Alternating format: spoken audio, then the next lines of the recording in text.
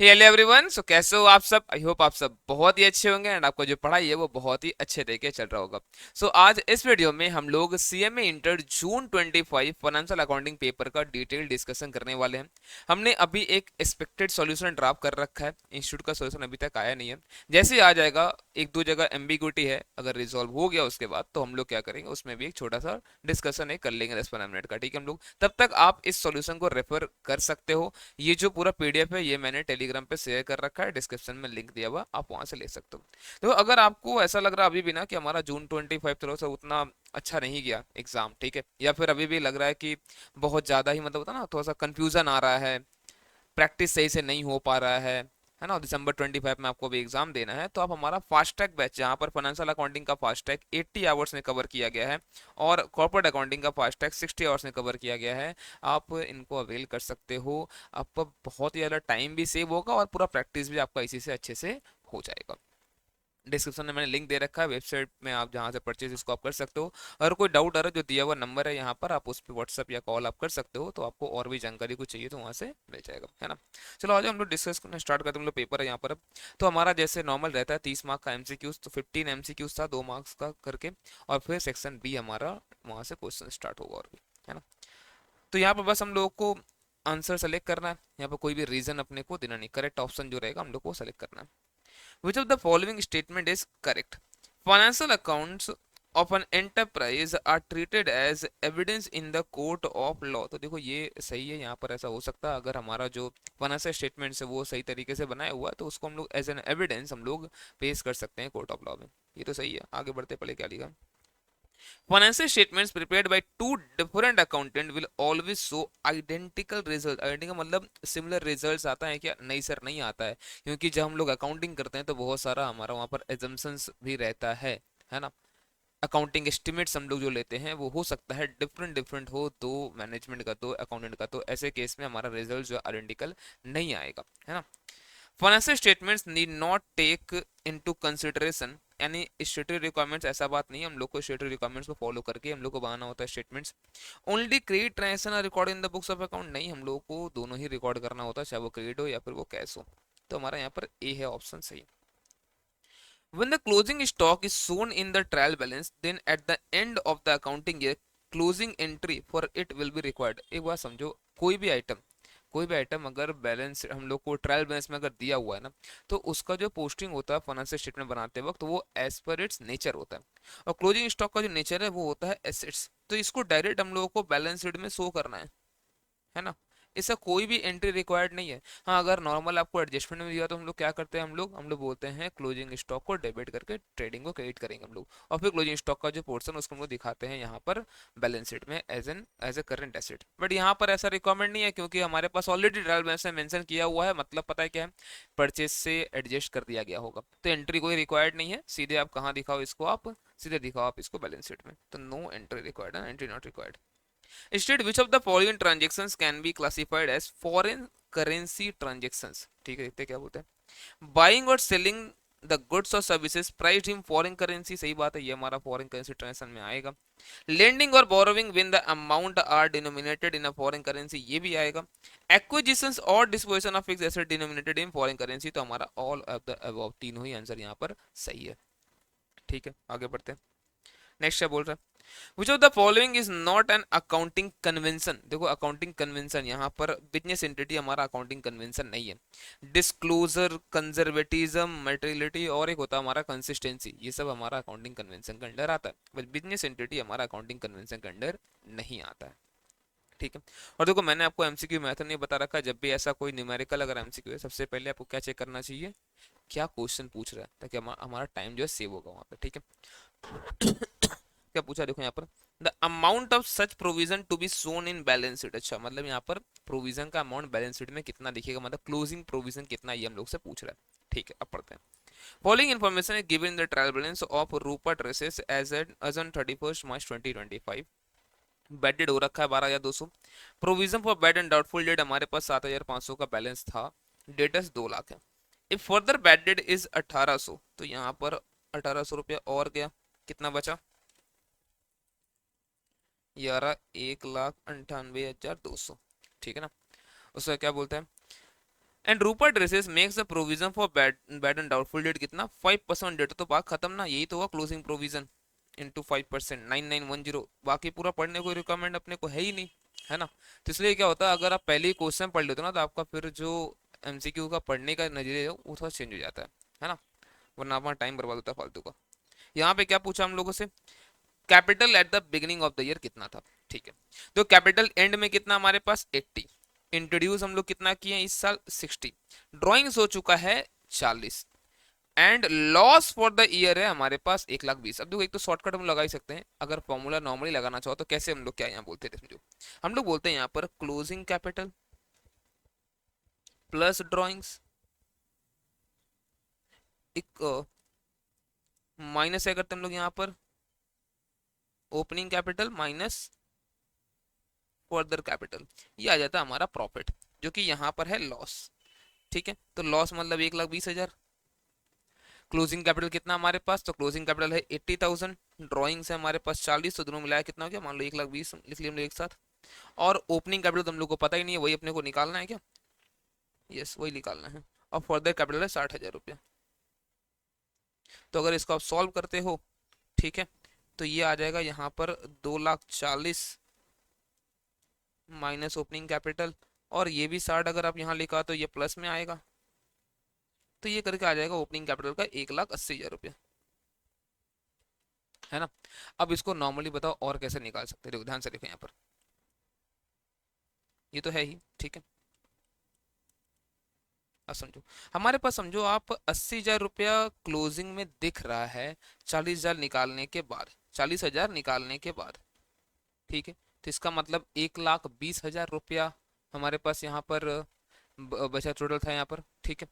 उसके साथ देखो हमारा लॉस हो चुका है 1,20,000, अच्छा 1,20,000 निकालने के मतलब लॉस होने के बाद भी इतना दिख रहा है, मतलब टोटल हमारे पास इसका 2,40,000 था तभी ना, टोटल 240 था तभी तो ये 120 आपको यहाँ पर दिख रहा है ना, 120 लॉस होने के बाद भी। तो 240 कैसे आएगा सर, 60,000 हमारा ओपनिंग था, ठीक है 60,000 आपका ओपनिंग था, तो बाकी बाकी 180 हमारा 60,000 हमारा फर्दर कैपिटल था, तो बाकी 180 हमारा यहाँ पर ओपनिंग होगा। तो आप ऐसे निकाल सकते हो, फॉर्मूला प्रोटेक्ट निकाल सकते हो, जैसे आपको समझ में आए आप वैसे यहाँ पर निकाल सकते हो, ठीक है। आगे बढ़ते हैं, state which of the following statement is true, a joint venture has a definite life, तो बात सही है यहाँ पर, जॉइंट वेंचर हमारा डेफिनेट लाइफ होता है, जो नॉर्मली काम करने के लिए हम लोग यहाँ पर आए हैं, जैसे वो काम हमारा हो गया काम खत्म तो वेंचर भी खत्म। Financial statement are not comparable, ऐसा नहीं है हम लोग ये कंपेरेबल होता है, हम लोग अकाउंटिंग पॉलिसीज जो होता है हम लोग यहाँ पर जो फॉलो करते हैं बार बार उसको बोलते हैं consistency, same accounting policies followed होता है हमारा, तो कंपेरेबल तो वो रहता है। Sale book is a part of ledger, नहीं सेल बुक जो पार्ट ऑफ लेजर नहीं होता है, ये हमारा ओरिजिनल बुक्स ऑफ एंट्री में आता है, मतलब ये जर्नल में आता है, और उसका भी स्पेशल जर्नल्स के अंडर आता है, जहाँ पर रिकॉर्ड होता है सिर्फ और सिर्फ क्रेडिट ट्रांजेक्शन्स ऑफ गुड्स, है ना, क्रेडिट सेल जो होता है क्रेडिट सेल्स ऑफ गुड्स, ठीक है। Owner security equal to assets minus liability होता है यहाँ पर, है ना, तो यहाँ पर ए बस सही है। आगे बढ़ते हैं, जैसे देखो बड़ा क्वेश्चन है ना, सबसे पहले क्या पढ़ लो requirement, the value of unsold stock invoice price पे 31 मार्च 25 को कितना था, ठीक है। तो गुड्स यहाँ भेजा गया था कॉस्टिंग का 1,32,000, हमें इनवॉइस प्राइस ही पूछा है तो हम लोग ऐड करके बात करते हैं, 1,32,000 का गुड्स भेजा गया था, ठीक है।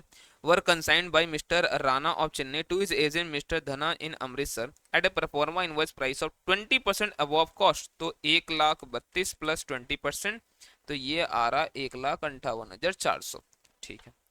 बोलता है राणा पेड किया फ्रेट चार्जेस, तो ये हम लोग ऐड करते हैं इसमें, है ना, हमारा ये जितना भी देखो जितना भी कंसाइनर का खर्चा सबका सब नॉन रिकरिंग नेचर का ही होता है, और कंसाइनी का गोडाउन में पहुंचने तक का खर्चा सबका सब नॉन रिकरिंग, उसका सब कुछ रिकरिंग होता है, तो वो कंसीडर नहीं होता है एबनॉर्मल लॉस और क्लोजिंग स्टॉक के लिए। The consignee was paid 2,000 per annum towards establishment cost, देखो इस्टेब्लिशमेंट कॉस्ट तो ये तो हमारा रिकरिंग खर्चा हो गया, है ना, देखो पर एनम है यहाँ पर, ठीक है। मिस्टर धना पेड 1,000 एज गोडाउन रेंट, ये भी हमारा रिकरिंग मतलब सब कुछ भी काउंट नहीं होगा, ठीक है सर, फॉर 3 मंथ एंडेड इतना इतना। बोला 3/4 of the goods were sold at 33 1/3% profit on cost, ठीक है, उससे मतलब नहीं है, आपको चाहिए क्लोजिंग स्टॉक ना, 3/4 बिक चुका है तो 1/4 तो बचा होगा, अब इसका निकाल लो ना 1/4, बात खत्म, 40,600, ठीक है। Next, Rekha draws a bills of exchange on Reba 20,000 payable in 3 months, on the due date Reba could not make the payment and Reba got it notified, ये बहुत ध्यान देने वाली बात है, ठीक है। Reba got it notified from the notary public on payment of noting charges 100। समझो क्या होता है नॉर्मली, जैसे रेखा के पास बिल है ना, तो अब जैसे वो डिसऑर्ड हुआ तो उसको नॉर्मली रेखा जो है वो कराती है जाकर नोटरी यहाँ पर, और 100 रुपया वो खुद से खर्च करती है। तो पता है ड्यू जो होता है ना वो 20,000 प्लस 100 ये हो जाता है। बट इस केस में रीबा ने जो ड्रॉई था ना, ड्रॉई रीबा, उसने खुद यहाँ पर नोटिफाइड कराया है। तो इसका मतलब ना भाई ये जो नोटिंग कराया यहाँ पर, तो भैया यहाँ पर ये 100 रुपया ड्यू में ऐड नहीं होगा, 20,000 रुपया ड्यू रह जाएगा, ये बात ध्यान देना, ठीक है। अब बोलते हैं Reva requested Rekha to draw a fresh bill for another 3 months at 12% interest, ठीक है। आप लगा दो यहाँ पर 12% इंटरेस्ट 3 मंथ्स के लिए, है ना। तो 20,000, ये आ रहा 600, 20,000 का ड्यू, 600 का इंटरेस्ट, टोटल 20,600 का नया बिल बनेगा। आप ये गलती मत देना कि ये 100 को भी ड्यू में ऐड करके 20,100 पे निकाल देना इंटरेस्ट और फिर नया बिल बनाना, ठीक है, ऐसे नहीं हुआ। State which of the following statement is not true relating to AS10, AS10 किससे रिलेटेड है हमारा PPE। Excludes the accounting for real estate developers, ठीक है, यहाँ पर गाइडेंस हम लोग फॉलो करना होता है, यहाँ पर AS10 नहीं लगता। No recognition criteria for fixed asset are laid out, अब देखो यहाँ पर ऐसा नहीं है, हम लोगों को रिकॉग्निशन क्राइटेरिया दे रखा है, हम लोग पढ़ते हैं ना कि हमारा जो कॉस्ट है वो हम लोग मेजर कर सकते हैं रिलायबली, और फ्यूचर में बेनिफिट हम लोग को मिलेगा तो हम लोग उसको रिकॉग्नाइज कर सकते हैं, ऐसा हम लोग पढ़ रखे हैं। बट समझो यहाँ पर जो क्वेश्चन है ना, यहाँ पर लिखना चाहिए था इनको PPE। बट ठीक है चलो, यहाँ पर जो है यहाँ पर फिलहाल तो ये गलत तो है, मतलब नो रिकॉग्निशन क्राइटेरिया यहाँ पर ऐसा है, तो वही क्राइटेरिया तो दिया हुआ तो है, ठीक है। Recognises the revolution of fixed, yes हम लोग पढ़ते हैं यहाँ per revaluation model. Subsequent measurement में दो मॉडल हमारे पास होता है, कॉस्ट और रिवोल्यूशन मॉडल हो सकता है। Does not deal with jointly owned asset, obviously jointly owned asset हमारा इससे कंसीडर यहाँ पर नहीं होता है, वो नॉर्मली हम लोग अलग जगह पढ़ते हैं, ठीक है। तो जो भी हो ये जो है यहाँ पर मैं दूसरा AS इसके लिए है। अभी यहाँ पर B जो यहाँ पर इसका आंसर सही होगा, है ना। अच्छा, मैं ए नहीं, मैं ये बोल रहा था ना, तो B जो आंसर सही होगा, ठीक है। आओ देखो फिर से, देखो क्या बोलते हैं यहाँ पर, लास्ट पहले पढ़ लो क्या बोला यहाँ पर, the goods will be valued at, ठीक है। आगे बढ़ते हैं क्या बोला, B and C entered into a joint venture for export of Indian handicraft goods to overseas customer. B sent goods worth rupees 2 lakh to C for export to the USA. C exported goods worth rupees 1 lakh 75। अब समझो 2 लाख में से 1,75,000 का goods तो चला गया, तो बचा कितना है, 25,000 फिलहाल तो बचा हुआ है। बट कितना में गया है, 2,10,000 में, and agree to take away the remaining stock at the same gross profit rate as in the other exports। तो एक बात समझो आप, अपॉन कॉस्ट हम लोग कितना कमा रहे हैं, ये हमारा परसेंटेज हो रहा प्रॉफिट का अपॉन कॉस्ट 20%, है ना, 20%। और यही 20% हम लोग इससे भी कमाएंगे, ये बोल रखा है, उसी को प्राइसिंग करना पड़ेगा हम लोग को, तो 30,000 यहाँ पर इसका हो जाएगा, तो B, ठीक है। Next, state which of the following statement is true। The buyer get immediate possession but not ownership under installment payment system। नहीं, ऐसा नहीं है, जो बायर होता था ना वो नॉर्मली इंस्टॉलमेंट पेमेंट सिस्टम में उसको दोनों ही मिलता था, पोजीशन भी ओनरशिप भी। इसीलिए तो हमारा हायर परचेस है ना, ये जो यहाँ पे लिखा हुआ है ये फ्रेज, ये हायर परचेस के लिए सही है। ओनरशिप नहीं मिलता हायर परचेस में, बट पोजीशन मिल जाता है। और कब मिलता है सर ओनरशिप, वहां पर जब आप लास्ट इंस्टॉलमेंट का पेमेंट कर दोगे फिर आपको मिलेगा। अब marine insurance policy is taken to cover the claim for loss. अब लॉस किस चीज का भाई, यहाँ पे तो पूरा कवरेज मैंने पूरा यहाँ पे दिया ही नहीं, तो ये हमारा इनकम्प्लीट सेंटेंस है, छोड़ दो इसको भी। For independent branch incorporation of branch transparency is required, सही बात है। हम लोगों को जब समझो जो हमारे दो ब्रांच होता है डिपेंडेंट और इंडिपेंडेंट, इंडिपेंडेंट डिपेंडेंट में अंतर क्या होता है कि ये लोग जो इंडिपेंडेंट वाले होते हैं ना, वो अपना बुक्स ऑफ अकाउंट वो अपना डबल एंट्री मेंटेन करते हैं और ट्रायल बैलेंस बनाकर हम लोग को भेजते हैं, उसी को हम लोग इंकॉर्पोरेट करते हैं अपने पास हेड ऑफिस में। बट डिपेंडेंट वाले क्या करते हैं, बस डेटा हम लोग को सेंड कर देंगे, वो लोग अकाउंटिंग नहीं करते हैं। तो यहाँ पर सही बात बोल रहा, हम लोग को यहाँ पर इंकॉर्पोरेट तो करना होता है। Short term lease which is often cancellable is known as leverage lease, नहीं इसको हम लोग ऑपरेटिंग लीज कहते हैं AS19 के तहत, है ना। चलो आगे बढ़ते हैं, क्या बोलते हैं, असर्शन ए और रीजन है यहाँ पर आर, ठीक है। तो असर्शन है यहाँ पर goodwill is an intangible asset but not a fictitious. देखो फिक्टिशियस एसेट का मतलब पर क्या होता है, कुछ खर्च वैसे हम लोग कर दिए हैं और उसको फिलहाल बैलेंस शीट को मैच करने के लिए हम लोग दिखाना पड़ रहा है एसेट में। बट गुडविल ऐसा नहीं है ना, गुडविल ऐसा नहीं है। गुडविल को हम लोग सेल कर सकते हैं, उसका मतलब देखो फिजिकल एग्जिस्टेंस भले ही नहीं है बट गुडविल का मॉनेटरी वैल्यू हम लोग निकाल सकते हैं, है ना। बट ये ध्यान रखिए परचेस वाला गुडविल होना चाहिए, ठीक है ना। Goodwill does not have any physical existence. Fictitious assets are not realizable whereas goodwill can be purchased or sold. हम लोग मान लो अगर सेल्फ जनरेटेड हमारा गुडविल है तो बेचना है तो उसको हम लोग वैल्यू कर सकते हैं, वैल्यू करके उसको हम लोग सेल करते हैं। आपने पार्टनरशिप में पढ़ा भी है कि हम लोग का जो कोई नया पार्टनर आता है या फिर कोई रिटायरमेंट होता है वहां पर गुडविल का करते हैं हम लोग वैल्यूएशन। तो वो कौन सा रहता है, सेल्फ जनरेटेड गुडविल तो रहता है ना, तो उसका वैल्यूएशन हो सकता है, उसको हम लोग बेच सकते हैं, खरीद सकते हैं, ऐसा चलता है। बट इंटेंजिबल जो हमारा फिक्टिशियस एसेट है उसमें ऐसा केस नहीं है। तो यहाँ पर दोनों ही सही बात है। तो बोलता है क्या, both assertion reason are not correct. नहीं, ऐसा बात दोनों सही है भैया। Reason is correct but assertion not correct, ये भी गलत है। Assertion and the reason both are correct but reason is not the correct explanation, ये भी सही नहीं है। करेक्ट एक्सप्लेनेशन दिया हुआ भाई, यहाँ पर डी होगा तब आंसर। असर्शन और reason both are correct and reason is correct explanation of the assertion. चलेगा यहाँ पर, चलो। नेक्स्ट बोलता है एफ का कैपिटल अकाउंट विल बी, क्या होगा पढ़ते हैं क्या लिखा है यहाँ पर। डी ई और एफ बोलता है क्या यहाँ पर, पार्टनर था फॉर्म में sharing PL in the ratio of 1:1:1 equally था। अभी लोग चाहता है यहाँ पर पीएसआर को चेंज करना और गुडविल वैल्यू कितना पे हुआ 1,80,000। तो एफ का कैपिटल यहाँ पर क्या होगा, डेबिट या क्रेडिट, खाली एफ का पूछा है ना, तो बस चेक कर लो आप एफ को पहले कितना मिलता था अभी कितना मिल रहा है, मतलब वो गेन कर रहा है सेक्रीफाइस कर रहा है। तो देखो पहले उसको मिलता था 1/3, है ना, और एफ को अभी कितना मिल रहा है, एफ को अभी मिल रहा है 5/10। तो आओ देखते हैं हम लोग। तो ये जो हमारा फॉर्मूला मैंने भी लिखा ना ओल्ड माइनस न्यू, ये सेक्रीफाइसिंग का फॉर्मूला है। अगर पॉजिटिव फिगर है तो सेक्रीफाइस कर रहा है वो, नेगेटिव फिगर है तो वो गेन कर रहा है, ठीक है ना। तो यहाँ पर आप देखो अगर, तो ये कितना आ रहा है बताओ, 2 3 5, हाँ ठीक है। तो ये हो गया हमारा यहाँ पर 30, ठीक है। और ये 10 -15, तो 5 -5/30 आ रहा है यहाँ पर, मतलब -1/6, मतलब वो गेन कर रहा है तो इतना से उसका कैपिटल डेबिट करना पड़ेगा हम लोग को। तो 1,80,000 वो गेन कर रहा है ना, तो 1,80,000 को 1/6 कितना हो जाएगा, 30,000 रुपया। तो 30,000 रुपया से उसका कैपिटल डेबिट होगा यहाँ पर, ठीक है ना। नेक्स्ट, चलो यहाँ पे 2 क्वेश्चन पूछा तो हम लोग पढ़ते हैं पहले क्या लिखा है, ठीक है, पूरा पढ़ना पड़ेगा यहाँ पे। Mister Ranveer is admitted into the partnership for 1/4 share of profit. The total capital of old partners stood at ₹45,000 after adjustment of goodwill. मतलब जो हम लोग नॉर्मली एडजस्टमेंट करते हैं ना गुडविल का, रिवोल्यूशन का, ये सब कुछ करने के बाद 45 दोनों का मिलाकर आ रहा है। जैसे मान लो ए और बी होगा, इन दोनों का मिलाकर आ रहा है 45 और आर अभी अब आ रहा है ना। देखते क्या पूछा, what amount should be brought in by the new partner as his share of capital at time of admission। देखो इतना बोले कुछ नहीं बोला ना, आप नॉर्मल समझो। ये 45 कितना हिस्सा के लिए है, ये 45 है हमारे पास, कितना हिस्सा बताओ, ये कितना के लिए आया यहाँ पर, ये आया 1/4। तो इसका मतलब ये जो है ये रिप्रेजेंट कर रहा है 3/4 को। ये किसको रिप्रेजेंट कर रहा है, 3/4 को। तो आप रिवर्स कर दोगे आपको फॉर्म में कैपिटल मिल जाएगा, है ना। तो फॉर्म में कैपिटल कितना आ रहा है यहाँ पर, फॉर्म में कैपिटल आ रहा है पूरा पूरा 60,000। तो फॉर्म में कैपिटल 60 आ रहा है, इसका 1/4 वो लेकर आएगा जो आ रहा 15,000 रुपया।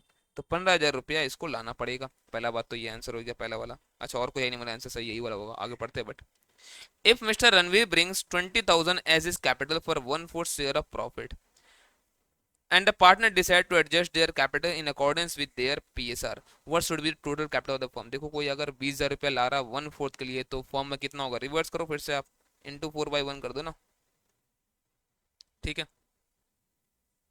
तो यहाँ पर 80,000 रुपया डन क्या। तो ये था सारा का सारा हमारा एमसीक्यूज। चलो आ जाओ, अब यहाँ सेक्शन बी हम लोग को स्टार्ट करना। अब देखो यहाँ बैठ के मैं अगर पूरा सोल्यूशन यहाँ बनाऊंगा तो बहुत टाइम जाएगा आपका, इसलिए मैंने क्या करा यहाँ पर, ये पूरा सोल्यूशन ऑलरेडी ड्राफ्ट यहाँ पे किया हुआ है, आपको ये सोल्यूशन मिल जाएगा। आप डिस्क्रिप्शन में दिया हुआ जो लिंक है वहाँ पर आप देख लो एक बार, ठीक है ना। चलो पहला जो क्वेश्चन है पे क्या पूछता हम लोगों से, 2 का ए में 1 number question, as per S 10 the amount of depreciation charge to statement of profit and loss depend upon certain factors, list out those factor with brief explanation. देखो हम लोग को यहाँ पर जो कुछ एक फैक्टर है ना, जिससे डेप्रिसिएशन का अमाउंट हमारा चेंज हो सकता है, उसके बारे में बात कर रहा है। तो सबसे पहले तो हमारा कॉस्ट ऑफ द एसेट रहता है यहाँ पर, है ना। कॉस्ट कितना है एसेट का, उसका अपने एस्टिमेटेड यूजफुल लाइफ आपने कितना डिसाइड अभी किया है। फिर उसके बाद इसका स्क्रैप वैल्यू कितना है, एस्टिमेटेड पैटर्न ऑफ बेनिफिट कैसे क्या होगा, कौन सा मेथड आप अप्लाई करते हो डेप्रिसिएशन के लिए, ये सब कुछ आप यहाँ पर देख सकते हो। इन सब पे हमारा ये अफेक्टेड तो होता तो है यहाँ पर, है ना। तो ये सभी दिया हुआ है यहाँ पर, एक बार इसको आप पढ़ना, ठीक है। चलो नेक्स्ट आगे आते हैं यहाँ पर, इंपॉर्टेंट क्वेश्चन है ये। The ABC Limited purchased a motor vehicle costing rupees 70 lakh on 1st April 2024. The major components of the motor vehicle consist of main body costing rupees 20 lakh, sitting arrangements and furnishing costing rupees 30 lakh, and the engine costing 20 lakh. The expected useful life of these components जो है यहाँ पर main body का खाली 5 साल है, sitting unit का 6 साल है और इंजन का यहाँ पर 10 साल दिया हुआ है। Compute the depreciation for the year ending कितना 31 मार्च 2025। आप एक चीज समझना, यहाँ पर AS10 में कॉन्सेप्ट होता है हमारा कंपोनेंट बेस्ड डेप्रिसिएशन। ये क्या होता है, जब आपको दिखता है ना कि आप कोई एक पीपीई में कंपोनेंट्स को आप सेपरेट कर सकते हो, मतलब अलग सेपरेट करने का मतलब ये नहीं खोल खाल के रख दो, वो नहीं बोल रहा मैं।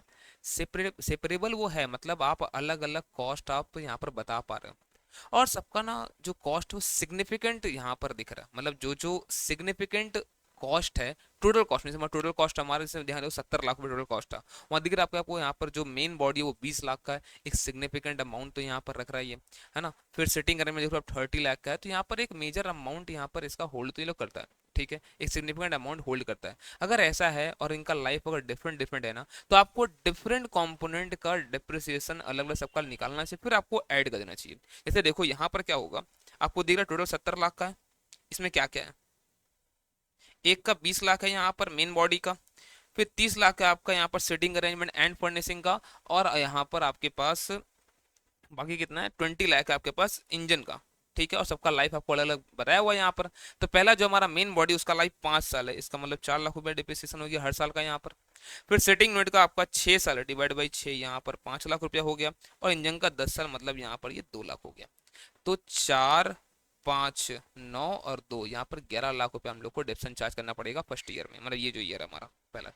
अब तो क्या होता है ना, जैसे मान लो अब 5 साल बीत गया, तो अब ये तो फिर रिप्लेस होगा, तो इसका हम लोग वैल्यू हटाएंगे, है ना। वैल्यू पूरा हट ही जाएगा 5 साल में, लेकिन मान लो कहीं बीच में हटाना पड़ गया, तो हम लोग क्या करना पड़ता है, इसको डी रिकग्नाइज करना पड़ता है, नया वाला को रिकग्नाइज करना पड़ता है। दैट्स हम लोग बोलते हैं कंपोनेंट बेस्ड डिप्रिसिएशन चार्ज करो, कि जब वो कंपोनेंट को रिप्लेस करना पड़े ना, आप बता पाओ आपको कितना यहाँ पर रिकग्नाइज और डी रिकग्नाइज करना अमाउंट, ठीक है। तो यहाँ पर सोल्यूशन इसका दिया हुआ है, देखो देख रहे हैं यहाँ पर। The components-based depreciation under AS10 PPE refers to a method where different component of an asset are depreciated separately. कब, जब उनका आपको दिख रहा है डिफरेंट यूजफुल लाइफ है, सिग्निफिकेंट कॉस्ट है इनका, जब सबका बेनिफिट डिफरेंट डिफरेंट पैटर्न में हम लोग को मिल रहा है, तो यहाँ पर कंपोनेंट उसका कॉस्ट, यूजफुल लाइफ और डिप्रिसिएशन इतना इतना आएगा, ठीक है ना। चलो next, state briefly the difference between purchase day book and purchase account. तो परचेस डे बुक ये जो हमारा होता है ये स्पेशल जर्नल, मतलब ये हमारा ओरिजिनल बुक ऑफ एंट्री जो बोलते हैं वहां से ये बिलोंग करता है, और परचेस अकाउंट हमारा एक लेजर है। ये सब बस समरी है इसमें, ठीक है, पूरा पूरा परचेस कितना हुआ है उसका, और इसमें कैश परचेस क्रेडिट परचेस दोनों इसमें आएगा, बट यहाँ पर सिर्फ और सिर्फ क्रेडिट परचेस ऑफ गुड्स यहाँ पर आपको दिखेगा। और यहाँ दो कैसे क्या होता है, ये जो टोटल आएगा ना इसका ना, हम लोग यहाँ से क्या करते हैं, यहाँ से एक एक पार्ट, एक एक जो क्रेडिटर होता है उसका पोस्टिंग करते हैं परचेस अकाउंट में, और कैश बुक से जो आएगा उसका पोस्टिंग करते हैं परचेस अकाउंट में। ये दोनों जो मिलाकर पूरा परचेस बनता है ना। तो यहाँ पर आप इसका डिफरेंसेस एक बार आप यहाँ पढ़ सकते हो, ठीक है। चलो यहाँ आते हैं, और रेक्टिफिकेशन ऑफ का भाई साहब इससे आसान क्वेश्चन नहीं बन सकता, इतना आसान क्वेश्चन पूछा रेक्टिफिकेशन का, ठीक है। Credit sales to Varun 7,000 were recorded as 7,200। अब आप बताओ क्रेडिट सेल था, रिकॉर्ड कर दिया उसको हम लोग कितना बताओ 7,200, 200 रुपये एक्स्ट्रा कर दिया ना, तो रिवर्स करो ना एंट्री, आप सेल्स टू वरुण कर दो भाई, हो गया काम। 200 रुपया, 7,200 में 7,000 तो ठीक ही था, 200 एक्स्ट्रा है। Credit purchase from Raman 9,000 record कर दिया 9,900, फिर से इसको भी आपको रिवर्स ही करना है, तो क्या करो आप रमन टू परचेस कर दो। आपने जब परचेस किया तो परचेस टू रमन आपने करा होगा ना, अब रमन टू परचेस कर दो 900 रुपया जो एक्सेस था, ठीक हो जाएगा ये। Goods return to Chhaya 4,000 record कर दिए 4,040। अब बताओ गुड्स रिटर्न करने का क्या एंट्री होता है, हम लोग जब किसी को रिटर्न करते हैं तो हम लोग बोलेंगे छाया टू परचेज रिटर्न हम लोग बोलते हैं, है ना। तो 4,000 करना था, मैंने 4,040 कर दिया गलती से, तो रिवर्स करते इसको भी ना, परचेज रिटर्न टू छाया कर देते हम लोग 40 रुपया। और लास्ट में goods return from Paresh, from मतलब हम लोग को मिला है, फ्रॉम परेश में हम लोग को आया, तो return inward account debit to Paresh हम लोग करते हैं। तो यहाँ पर 1400 रुपये कर दिए हैं, 1000 की जगह 400 एक्स्ट्रा कर दिए हैं, इसको भी हम लोग रिवर्स करेंगे, हम लोग बोलेंगे अब Paresh account debit to return inward कितना 400 रुपये। तो यहाँ पर ये चलो पढ़ते हैं, सेज टू वरुण ये 200, Raman to purchase, return outward to Chhaya, और यहाँ परेश टू रिटर्न इनवर्ड हम लोग यहाँ पर लिख सकते हैं। डन ना। अब देखो ये जो यहाँ पे क्वेश्चन है ना, मैं आप पहले ही बता दूं, जो कुछ एक बच्चे हैं जिनको ऐसा लगता है ना कि बस हम स्टडी मैट पढ़ ले हमारा हो जाएगा काम, ठीक है, और एक दो किसी फैकल्टी का चाहे मेरा चाहे किसी का भी रिवीजन देख ले, मैथन देख ले, हमारा हो जाएगा। बार बोल रहा हूँ पहले कॉन्सेप्चुअल स्टडीज पे ध्यान दो। अगर आपने कॉन्सेप्चुअली नहीं पढ़ा चीज़ों को, जैसे देखना बहुत सारे बच्चों को ये लगा कि ये जो पेपर था जून 25 को बहुत टफ था, तो इसमें कुछ एक क्वेश्चन मैं मानता हूँ, कुछ एक क्वेश्चन था ना थोड़ा आपके लिए डिफिकल्ट वो हो सकता है, जैसे ये 2 नंबर है ना, नॉर्मली ये बहुत सारे बच्चे नहीं सॉल्व करते, तो उनके लिए ये थोड़ा डिफिकल्ट हो सकता है, एक आध और क्वेश्चन हो सकता है, लेकिन बाकी पूरा पेपर ऐसा नहीं था। जैसे ये क्वेश्चन बहुत ही ज़्यादा ईजी है ना, बट क्या है कि बच्चे कभी सॉल्व भी नहीं कर रहे हैं, और अगर कोई भी चीज़ अगर आपने कभी देखा ही नहीं है तो आपके लिए तो हार्ड ही रहेगा वो तो, है ना। तो इसके लिए कैसे क्या, मैंने इस पर डिटेल एक वीडियो बहुत जल्द बनाने वाला हूँ कि आप क्या गलती कर रहे हो प्रिपरेशन के टाइम, और क्या आपको अब मतलब वो सुधारना चाहिए ताकि आप December 25 में आप वो गलती ना करो, है ना। चलो और देखते हैं हम लोग इस क्वेश्चन को अभी क्या बोलते हैं। On 31st March 2025 a fire occurred in the premises of Mrs. Rajesh and Company.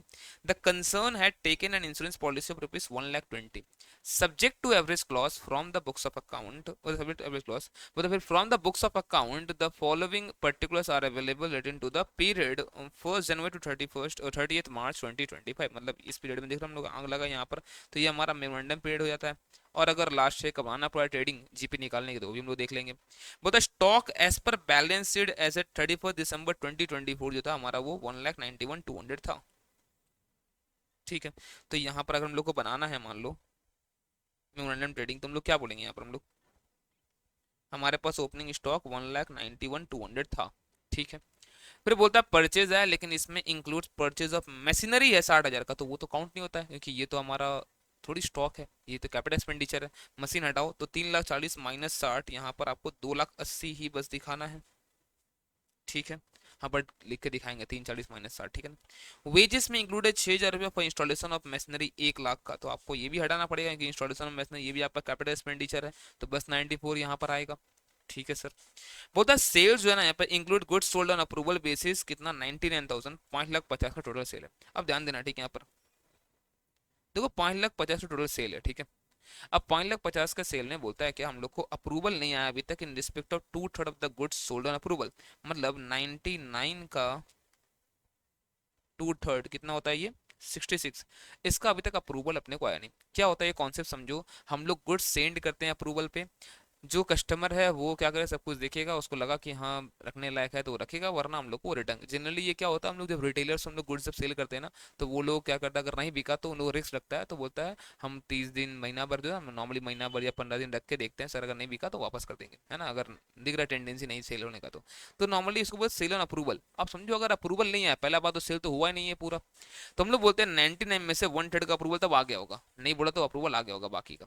ये जो नहीं आया ना, आपको सबसे पहले सेल्स को हटाना पड़ेगा, तो आपको सेल से इसको रिमूव करना जिसको जितना का अप्रूवल नहीं आया, तो 5,50,000 माइनस 66 4,84, ठीक है। अब समझो जैसे ही आप कोई भी चीज बोलते हो ना कि सेल से हटा दिया मैंने, है ना, सेल से मैंने हटा दिया, मतलब वो गुड्स आपके पास था, बट क्या ये गुड्स आपके पास था क्या एक्चुअल में, नहीं सर, क्योंकि ये गुड्स तो कस्टमर के पास है, अप्रूवल नहीं मिला है। बट देखो अप्रूवल नहीं मिला है बट ये गुड्स तो मेरे पास नहीं है ना, ये तो कस्टमर के पास है। अब आप समझो चीजों को, यहाँ पर अगर मैं कुछ भी एडजस्टमेंट अब नहीं करता हूँ इसको लेकर, तो ऐसा लगेगा ये गुड्स गोडाउन में था और ये भी जल गया है, बट एक्चुअल में ऐसा नहीं हुआ है। तो हम लोग क्या करते हैं यहाँ पर, हम लोग को यहाँ पर हटाना पड़ता है, तो हम लोग बोलेंगे बाई गुड्स विथ कस्टमर कितना 66 का, तो ये हमारा सेलिंग प्राइस होगा, हमको कॉस्ट निकालना पड़ेगा, तो माइनस जो यहाँ पर प्रॉफिट रेशियो हम लोग यहाँ पर अर्न कर रहे हैं, इनको प्रॉफिट देख लो आप 20%, तो 66 माइनस 20% 52,800, ठीक ना। चलो अब बोलते हैं कि 20% प्रॉफिट हम लोग करते हैं सेल पे ना, तो हमारा ये जो सेल हुआ था 4,84 उसका 20%, 96,800। अब आप चेक कर लो कि आपके पास कितना स्टॉक यहाँ पर on the date of fire था। जितना स्टॉक था आपको माइनस करना पड़ेगा, इतना ये सेल है, तो बाकी आपका आगे यहाँ पर लगा है, मैंने बाकी आपका चल गया पूरा। ठीक है, तो देख रहे हो ये सब चीज़ 1,91,000, ये आपका 280, ये 94, ठीक है, ये इतना पर आ गया 52,800 निकाल हम देखो यहाँ पर, ये जो सब चीज़, ये सारा चीज़ आपको मिल रहा है यहाँ पर। और अब जितना बैलेंसिंग फिगर आ रहा है 1,25,200, ये क्या हो गया आपका, ये हो गया यहाँ पर closing stock on the date of fire. और इसमें से ये अगर जल गया है तो बाकी इतना हमारा, मतलब ये बच गया तो बाकी इतना हमारा जल गया होगा। आपको दिख रहा है, देखो यहाँ पर हमारा जो ग्रॉस लॉस हुआ था वो था 1,25,200, जो कि हमारे पॉलिसी अमाउंट से ज्यादा है, तो इसका मतलब यहाँ पर एवरेज क्लॉज अप्लाई होगा। तो हम लोग क्या बोलेंगे यहाँ पर, हम लोग यहाँ दिखाएंगे कि 1,00,000, देखो आपने 1,20,000 का पॉलिसी आपने लिया था, जबकि ग्रॉस लॉस हुआ 1,25,200, मतलब ऑन एन एवरेज आपके पास इतना स्टॉक रहता है, तो आपने पॉलिसी कम कर लिया, मतलब आप अंडर इंश्योर्ड हो, तो आपको एवरेज क्लॉज के हिसाब से आपका जो आएगा ये अमाउंट आएगा आपका यहाँ पर क्लेम का। क्लियर है क्या? चलो, नेक्स्ट जो क्वेश्चन है वो है यहाँ पर ब्रांच का।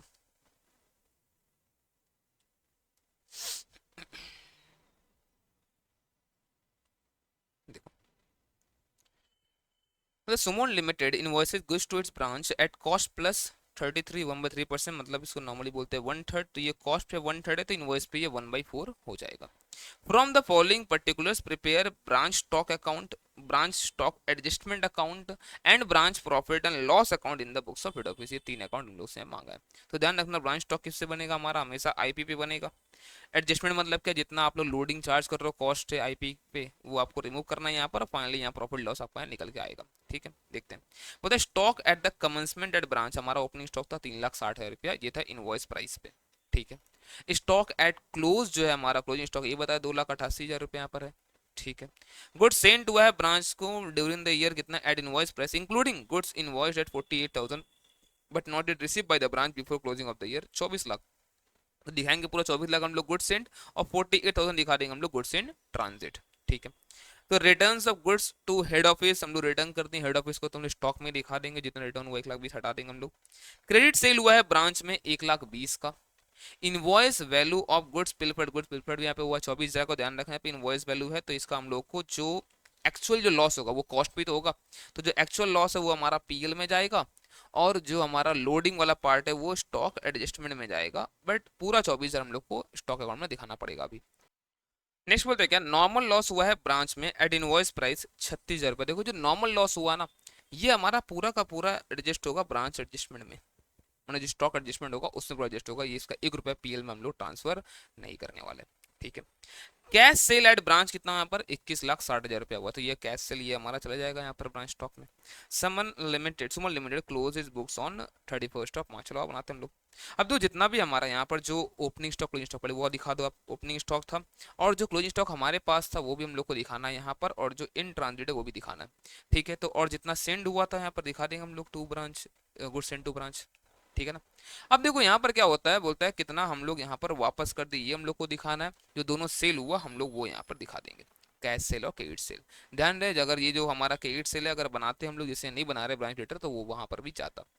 अब जो देखो जो लॉस हुआ था नॉर्मल लॉस, हो तो पूरा का पूरा 36,000 जाएगा हमारा कहाँ पर, ब्रांच एडजस्टमेंट में। लेकिन जो हमारा एबनॉर्मल लॉस था ना, जो पिलफर्ड हुआ था यहाँ पे जो बोला, तो वो जो एबनॉर्मल लॉस है वो कहाँ जाएगा आपका, वो जाएगा यहाँ पर 24,000 का 1/4, जो आपका इनवॉइस है ये जाएगा 6,000 रुपया, कहाँ पे बताओ, ये 6,000 जाएगा आपका यहाँ पर अभी एडजस्टमेंट में, और जो पीएल जो आपका यहाँ पर लॉस जो हो गया यहाँ पर ये जाएगा आपका कॉस्ट जो पीएल में है ना।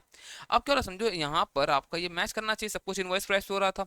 अगर यहाँ पर कुछ भी एक्सेस आ रहा है तो इसका मतलब पता है क्या है, जो सेल हुआ ना वो अबव इनवॉइस प्राइस हुआ, मतलब इसको बोलते हैं हम लोग क्या, अपरेंट सरप्लस। अपरेंट सरप्लस हमारा मतलब क्या, जिसको हम लोग यहाँ पर दिखाते हैं सीधे सीधे ब्रांच एडजस्टमेंट में, कि हम लोग इतना एक्सेस पे हम लोग सेल कर दिए। अब जो स्टॉक एडजस्टमेंट क्या कहेगा, ओपनिंग स्टॉक का रिजर्व आएगा, क्लोजिंग स्टॉक का रिजर्व आएगा, बट इंक्लूडिंग जो हमारा ट्रांजिट में है वो भी यहाँ पर आएगा। जो हमारा टोटल जो लॉस हुआ था नॉर्मल लॉस वो पूरा आएगा, और इसका हमारा सिर्फ और सिर्फ इनवॉइस पोर्शन का जो हमारा लोडिंग था वो आएगा यहाँ पर। और जो गुड्स सेंड का लोड था वो एक बार 24,00,000 पूरा फिर रिटर्न का हिस्सा बढ़ा सकते हो, या फिर नेट करके बढ़ा सकते हो इस तरह से। तो जो आपका जीपी यहाँ पर आएगा, इसी जीपी को हम लोग यहाँ पे पोस्ट करेंगे, और आपका जो लॉस जो हुआ था वो हटाने के बाद आपका टोटल यहाँ पर निकल के आ जाएगा ये नेट प्रॉफिट। ठीक है ना, चलो नेक्स्ट।